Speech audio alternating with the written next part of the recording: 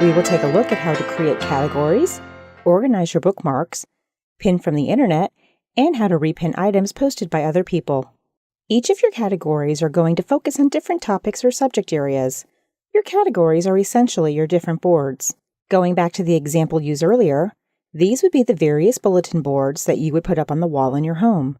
It's just a simple way of organizing all the links. Similar to the bookmark tool in your web browser, Pinterest allows you to save web links. Unlike your bookmark tool, with Pinterest you can categorize these links into visual folders that are easy to find and easy to share with others. When you click on your name in the upper right corner of the Pinterest website, your home page loads in the browser window. By default, Boards will be selected in the menu bar. After we created our boards and added a number of pins, this is where you will find those visual folders.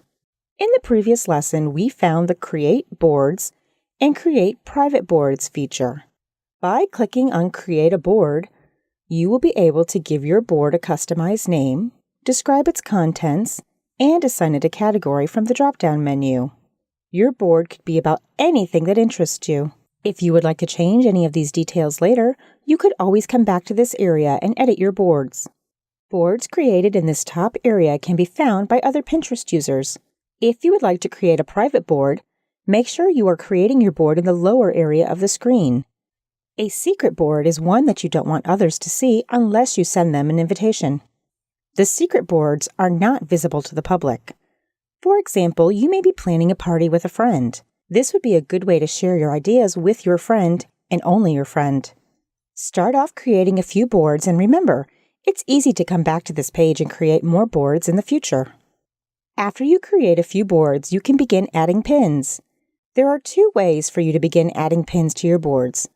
First, you could repin items that someone else has already pinned within the Pinterest website, or you could pin images that you find on the internet. It's very simple to pin something someone else has already added to Pinterest. Just click on the Pinterest logo at the top of the page and select a category to explore. Scroll around and find something that you like.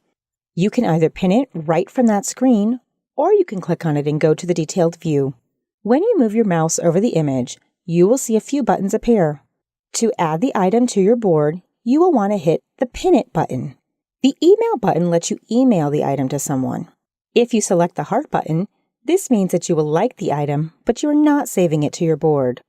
After you hit Pin It, you can choose which board to save the image to. Type in a new description if you would like, or keep the description that is already there. Then click Pin It, and at last you have repinned someone else's pin. The pinning process is the same if you select the image from the main list to see the expanded view. On the expanded view, you will also have the option to go directly to the website where the image was originally pinned from. You could also post the item to your Facebook page if you have added your Facebook account to your account settings. Repinning is so simple. You may be surprised at just how much you can find and how many times your pins will get repinned by others. Repinning is fun, but there is a good chance you might find something on the internet worth saving. To make pinning from the internet simple, you will want to add a shortcut to your web browser toolbar. In your browser, type in about.pinterest.com/goodies. Scroll down the page until you find the Pin It button.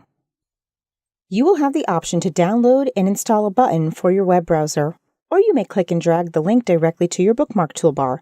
It's just that simple.